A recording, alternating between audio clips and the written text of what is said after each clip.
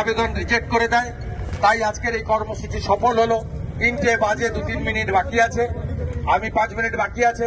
এখানেই শেষ করছি। Kolkata high court single bench, division bench এবং বিশেষ করে দক্ষিণ কলকাতা বা কলকাতার বা পার্শ্ববর্তী এলাকার যে শত শত মানুষ আজকে এত জটিলতা প্রতিকূলতার মধ্যে দিয়েও এই মিছিলে হেঁটেছেন, তার মধ্যে দিয়ে প্রমাণ হয়েছে সরকারি জমি আমরা বিক্রি করতে দেব না। আলিপুরের জেলের জমি বেচেছেন, ট্রাম ডিপোর জমি ডক্টর বিধানচন্দ্র রায় সৃষ্টি সব বেচে দিয়েছেন এবং পশু হসপিটাল, যা সুবিখ্যাত হসপিটাল, তার 250 কাঠা জমি আপনি বিক্রি করতে চলেছেন। তার বড় একটা অংশের টাকা আপনার পরিবারের ফান্ডে যাবে এবং আপনার দলের আগামী নির্বাচনে খরচ হবে। আমরা জানি, আমরা টাকা পয়সার মধ্যে ঢুকতে চাই না। এই ঐতিহ্যমণ্ডিত চিড়িয়াখানার জমি, পশু হসপিটাল, তার 1 কাঠ 250 কাঠা তো দূরের কথা, 1 ছটাক জমিও আমরা বেচতে দেব না।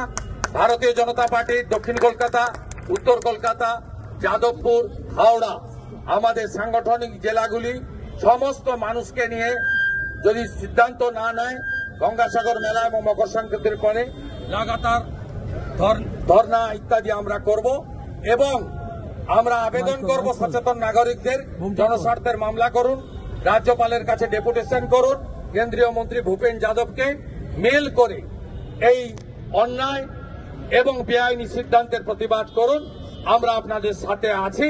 সমস্ত বিজেপির এমএলএরা, পুরো বিজেপি পার্টি আপনাদের এই লড়াইতে সঙ্গ দেবে। সবাই ভালো থাকবেন।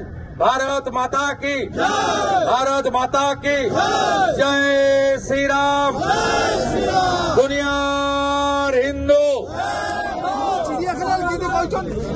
আপনারা দেখছেন 24 ঘন্টা ইন্ডিয়া টিভি, সর্বদা সবার পাশে, সবার মাঝে।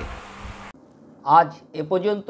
সঙ্গে রাখুন 24 ঘন্টা ইন্ডিয়া টিভি। দেখতে থাকুন সব জেলার সব খবর সবার আগে 24 ঘন্টা ইন্ডিয়া টিভির পর্দায়। নমস্কার।